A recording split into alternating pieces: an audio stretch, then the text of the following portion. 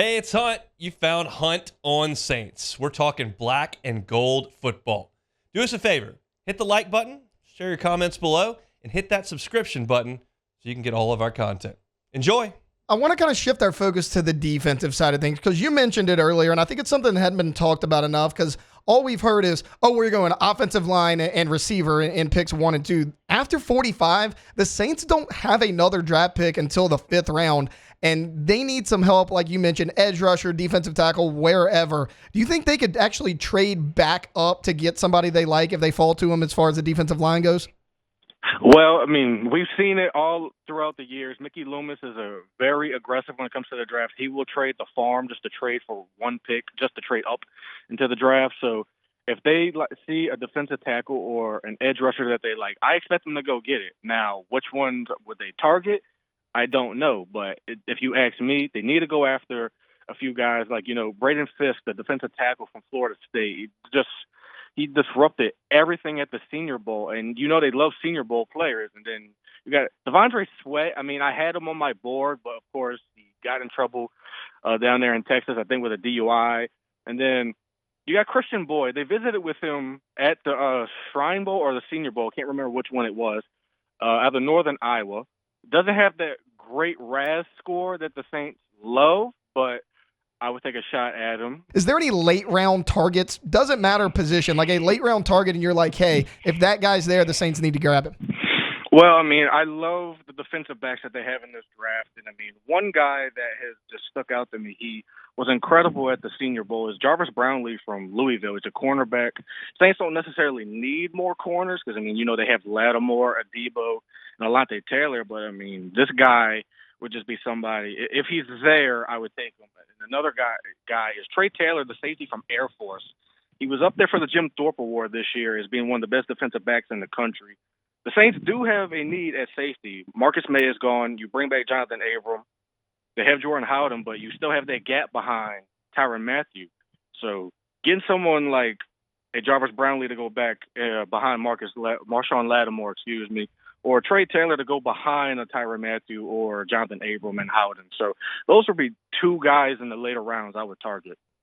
Logan, let's kind of shift our focus away from the draft right now. And, it's a guy you mentioned earlier, and you and I have not really gotten a chance to talk about this. Annie, what are your thoughts on the hire of Klint Kubiak, and really what are your expectations for this offense? So before the Kubiak hire, I made a short list of offensive coordinators that I wanted. My 1A was Zach Robinson. He went to Atlanta, of course. And then my 1B was Klint Kubiak. So when we hired him, I was ecstatic because he's a fresh voice in that organization that we've been desperately needing for a long time. I mean, Sean's gone. He was kind of running a substitute. Pete Carmichael was kind of the substitute teacher with Sean gone, and it was not working out well at all. So you get Klint Kubiak in there. I mean, he only had 1 year predominantly as an offensive coordinator, play caller in Minnesota, but he did fairly well. I mean, they averaged over 20 points per game, and the run game was fantastic. So Klint Kubiak, my expectations for him is get the offense back to where it was many, many years ago and kind of put a fresh spin on it. I mean, let's see some modernized stuff. I mean, I used to love the old I formation fullback type of offense, but this is the modern day. I want to see some modernized offense. Let's play fast. Let's get Derek Carr going, like short game, deep game, whatever. My expectation is just something new, something modern. I mean, that's the only thing that we can hope for because what we was doing the last couple of years has not been working. So my expectation for Klint Kubiak is he's going to make it better.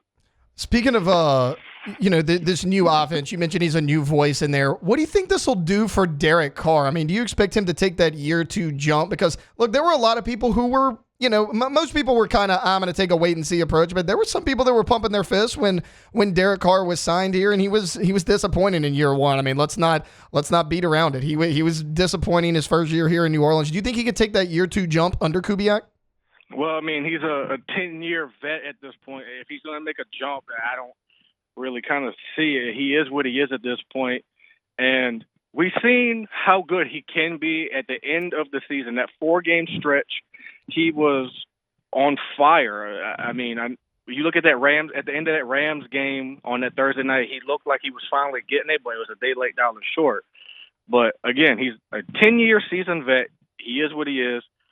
If Kubiak can bring the best out of him, then so be it. I'm all for it because it can only get better. I really want to see Derek Carr kind of just take control of the offense. Let Kubiak be kind of like the guardian angel on his shoulder. I mean, just to keep him calm because, like I said, that 4-game stretch last year was the best I've ever seen Derek Carr play since probably his years with Gruden. I mean, it's been a while. I mean, I was one of those people that was pumping their fist when we signed Derek Carr, but throughout the season, it was not pumping anymore.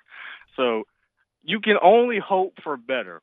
And with Clint Kubiak here and even a new quarterback coach, a new offensive line coach, you have a whole new offensive staff. You can only hope to see better from Derek Carr. I mean, but like I said, he is already a 10-year vet. He is what he is.